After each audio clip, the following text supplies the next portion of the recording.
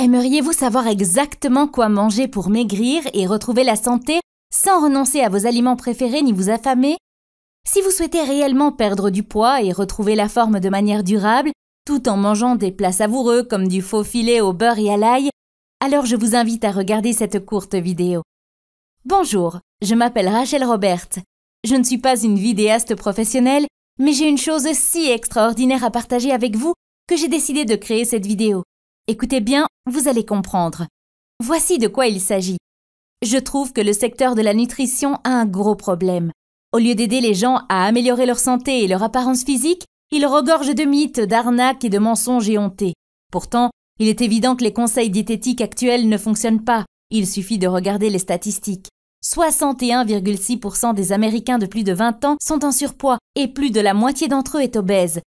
Si vous faites partie de ces millions de personnes qui suivent à la lettre les règles diététiques édictées par des gourous de la santé et du fitness sans constater de résultats, ce n'est pas votre faute. Voici la vérité. Même si vous pensez être condamné au surpoids par la génétique, et même si vous en avez assez d'essayer des tas de régimes inefficaces, vous pouvez réellement avoir la silhouette élancée dont vous rêvez. En réalité, retrouver la ligne n'est pas du tout un processus cruel, contrairement à ce que les gourous de la nutrition et du fitness veulent vous faire croire. En fait, si vous évitez de commettre 4 erreurs courantes, avoir la silhouette de vos rêves est en réalité très simple. Faites-vous ces 4 erreurs de régime courantes qui sabotent la santé et retardent la perte de poids? Erreur 1. Ne pas être en déficit calorique. D'après certains experts, pour perdre du poids et ne pas le reprendre, il faut scrupuleusement contrôler le type d'aliments que l'on mange. Ils disent que certains aliments font grossir parce qu'ils stoppent la combustion des graisses et causent un environnement hormonal favorisant la prise de poids, tandis que d'autres aliments équilibrent le système et favorisent la perte de graisse.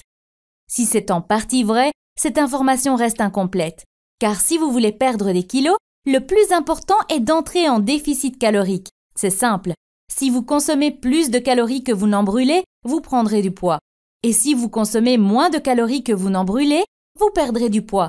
C'est scientifiquement prouvé. Vous voulez des preuves? Des dizaines d'études montrent l'importance d'un bon équilibre énergétique. L'une d'entre elles est une étude de cas menée par Mark Aube, un professeur de nutrition à l'Université de l'État du Kansas. Il était en surpoids et conscient de l'importance de l'équilibre calorique, il a décidé de mener une expérience.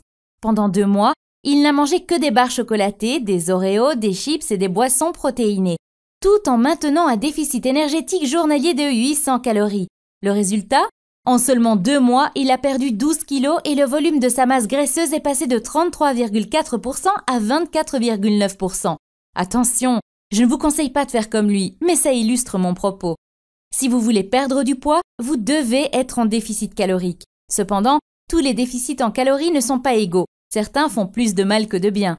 C'est pour cela que même après des efforts acharnés, de nombreux adeptes du comptage de calories n'arrivent pas à perdre du poids et à retrouver la ligne. Je vais vous expliquer pourquoi dans un instant. Erreur 2. Une restriction calorique sévère qui vous donne le métabolisme d'une personne âgée. Si un déficit énergétique de 250 calories par jour peut vous donner la ligne, alors un déficit de 1000 calories vous permettra d'atteindre le résultat 4 fois plus vite, n'est-ce pas? Faux! De nombreuses personnes font cette erreur et je l'ai faite aussi avant d'en savoir plus. En réalité, un déficit calorique sévère fait beaucoup de mal à votre organisme.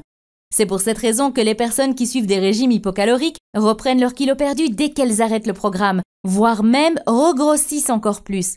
Vous comprenez? Votre corps ne sait pas que vous voulez retrouver la ligne pour cet été. Comme vous vous affamez, il croit que vous manquez de nourriture. En conséquence, votre métabolisme va s'économiser pour vous empêcher de perdre du poids. Et dès que vous cesserez votre régime, votre corps stockera le plus de graisse possible pour se préparer à la prochaine situation de famine. C'est pour cela qu'il est essentiel de vous nourrir selon un objectif calorique conçu spécialement en fonction de votre corps et de vos objectifs. Erreur 3. Pensez que toutes les calories sont les mêmes. Nous avons déjà un peu parlé des calories. Et même si les calories sont cruciales pour perdre du poids, elles ne sont en aucun cas le seul facteur important. Quand les gens disent qu'ils veulent perdre du poids, en fait ils désirent souvent retrouver la santé et la ligne. Mais pour cela, vous ne devriez pas chercher à perdre du poids, vous devriez plutôt chercher à perdre de la graisse. Perdre du poids ne vous permet pas forcément d'améliorer votre santé ou votre silhouette. Perdre de la graisse, si. Pour perdre de la graisse, votre apport calorique reste un facteur crucial, mais vos apports en nutriments sont tout aussi importants. En d'autres termes, votre apport en protéines, en glucides et en lipides est vital. Vos apports en nutriments ont un effet puissant sur la manière dont votre corps va métaboliser vos repas. Par exemple, si vous consommez trop de glucides, il vous sera presque impossible de perdre de la graisse, même si vous maintenez un déficit calorique. C'est parce que les glucides augmentent le taux d'insuline, une hormone qui inhibe la perte de masse graisseuse pour 2 raisons principales. La première, c'est que des taux élevés d'insuline bloquent les graisses dans vos cellules adipeuses. Et si vos cellules ne peuvent pas libérer la graisse, votre corps ne pourra jamais éliminer son excédent graisseux. Et ensuite, des taux d'insuline élevés engendrent le stockage de l'énergie présente dans votre sang et sa transformation en cellules adipeuses. Donc, cette énergie ne sera pas brûlée par les tissus tels que les muscles, mais viendra plutôt se placer sur vos cuisses et votre ventre sous forme de graisse. C'est pour cette raison que les chercheurs surnomment l'insuline l'hormone stockeuse de graisse et que les régimes riches en glucides ne permettent presque jamais de perdre de la graisse. L'insuline n'est qu'un exemple parmi d'autres. Optimiser vos apports en nutriments est crucial pour de nombreuses autres raisons. Dans un instant, je vous montrerai quels apports choisir pour multiplier par 3 votre perte de graisse. Le plus beau dans tout ça, la méthode que je m'apprête à vous présenter est facile à suivre et vous n'aurez jamais faim. Ce régime alimentaire est si peu contraignant et simple à suivre que vous pourriez presque oublier que vous suivez un régime, si vous ne perdiez pas votre masse graisseuse à vue d'œil. Erreur 4. Suivre un régime irréaliste ou trop restrictif.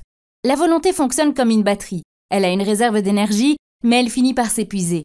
C'est pour cela que des régimes trop sévères vous font perdre courage. Vous ne pensez qu'à manger et vous faites des écarts. Tout l'inverse de ce que vous voulez lorsque vous essayez de transformer votre corps.